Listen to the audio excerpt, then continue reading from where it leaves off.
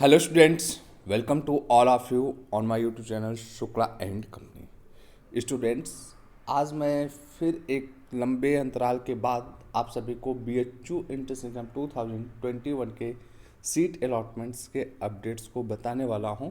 उससे पहले मैं आप सभी को कुछ जनरल चीज़ें भी बताऊंगा जो कि हम कह कि आप लोगों की तरफ से क्वेरीज आई हैं, उन क्वेरीज को भी दूंगा। और जो हम कहें कि करेंट टाइम का अपडेट्स है वो अपडेट्स भी आपको बताने वाला हूं।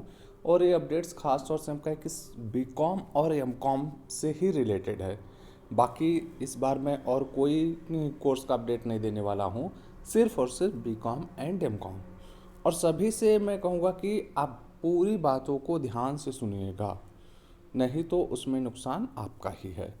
और एक चीज़ मैं कहना चाहूँगा कि संभवतः ये मेरा काउंसलिंग और सीट अलॉटमेंट से रिलेटेड आखिरी वीडियो हो सकता है। इसकी वजह यह है कि मुझे लगता है कि जो भी चीज़ें आपके सीट अलॉटमेंट से रिलेटेड ज़रूरी नहीं है, मैंने दे दिया है, आपको सारा इन्फॉर्मेशन दे दिया इस साल या पिछले साल वाले जो वीडियो हैं काउंसलिंग से रिलेटेड 2020 के, वहाँ पे तो वहाँ से आप जानकारियाँ हासिल कर सकते हैं। अभी मैं बात करूं अगर BCom और MCom में, सबसे पहले बात कर लेता हूं मैं BCom वालों का। BCom में आप सभी को पता होगा कि रेगुलर्स का एफिलिएटेड कॉलेज में अलॉटमेंट चल रहा है और अभी ये कह सकते हैं कि एक दिन और चलने की संभावना है।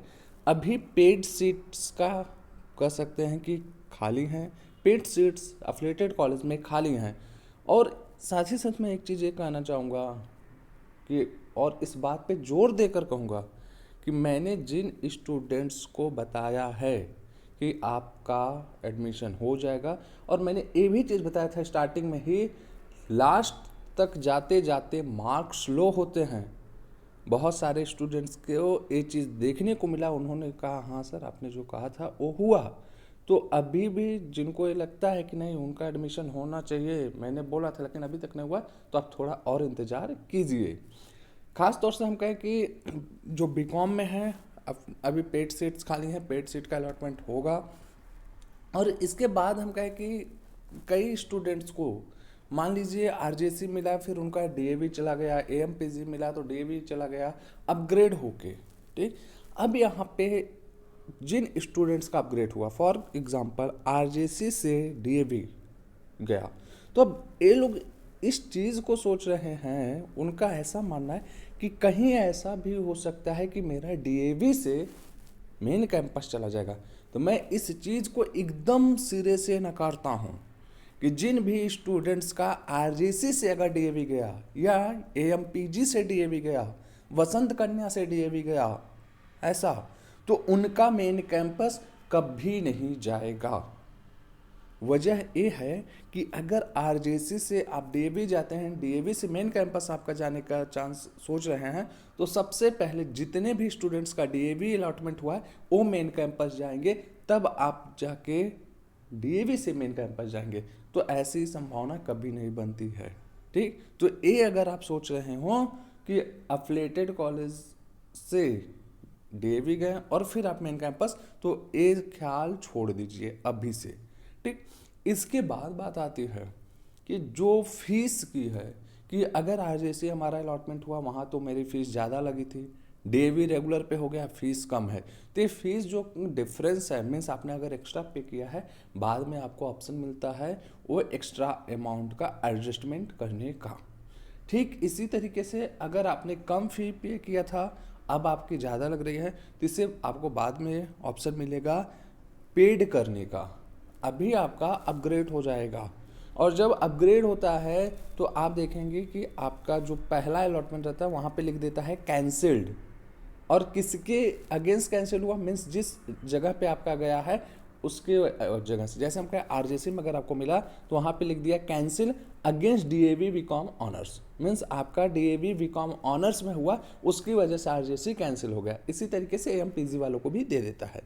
तो मोटी मोटा जो बातें थी, हम कहें कि आपका अपग्रेड इस तरीके से होता है, फ्री एडजस्टमेंट बाद में हो जाता है, और अभी भी BCom में सीटें खाली हैं।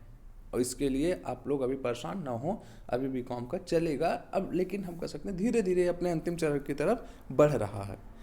अब बात करें अगर एमकॉम स्टूडेंट्स की, ये एमकॉम वाले ध्यान दें कि एमकॉम की सीटें लगभग हम कह सकते हैं फुल हो चुकी हैं।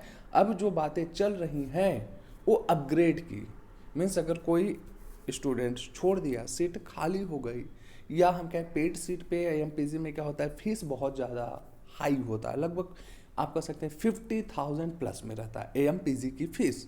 तो वहाँ पे जैसे पेड सीट में अलॉटमेंट होता है तो बहुत ही कम बच्चे रहते हैं कि जो पेड सीट वाले लेते हैं, तो इसलिए पेड सीट एमपीजी चलता जाता है, वो एक एक दो ऐसे अलॉट होता रहता है। तो हम कहें कि जो खाली अगर सीटें बची हैं वो पेड सीट की ही बची हैं, और वो भी बहुत कम सीटें हैं। तो 2-4 दिन, ज़्यादा से ज़्यादा मैं कहूँ कि 20 तारीख तक एमकॉम का सीट अलॉटमेंट लगभग बंद हो जाएगा। और एक चीज़ और मैं कहना चाहता हूँ कि बहुत सारे स्टूडेंट्स क्लास से रिलेटेड मेरे को मैसेज करते हैं या कॉल करते हैं, सर क्लास कब स्टार्ट होगा, क्लास कैसे करेंगे। तो प्लीज़ मैं आपको एक ही बात कहूँगा कि आप क्लास से रिलेटेड इन्फॉर्मेशन के लिए या तो अगेन मैं कहूँगा पहले वाली बात, पेशेंस बना के रखिए या फैकल्टी कांटेक्ट कीजिए। जब भी आपकी क्लास चलनी होगी तो आपका जो रजिस्टर्ड ईमेल आईडी है वहाँ पे आपको फैकल्टी के तरफ से मेल आ जाता है पूरा डिटेल, या आप फैकल्टी कांटेक्ट कर लीजिए, वही बता देंगे। तो यहाँ पे ऑप्शन नंबर 1 ही आपके लिए ज़्यादा सूटेबल होगा कि आप वेट करिए, क्योंकि आपको भी पता है फैकल्टी कॉल करेंगे तो फैकल्टी में बहुत रेयरली कॉल रिसीव होता है। तो क्लासेस जब भी चलेंगी आपको इन्फॉर्मेशन मिल जाएगा, उसके लिए आपको परेशान होने की ज़रूरत नहीं है। तो आई होप आप लोगों को जो भी जानकारी चाहिए थी वो मिल चुकी है। अगर कोई आपका ऐसा डाउट्स है जो लगता है कि आपका अभी क्लियर नहीं हुआ तो आप कमेंट बॉक्स में पूछिएगा, मुझे लगेगा रिलेवेंट डाउट्स है मैं उसे ज़रूर रिप्लाई करूँगा। Okay, thank you everyone.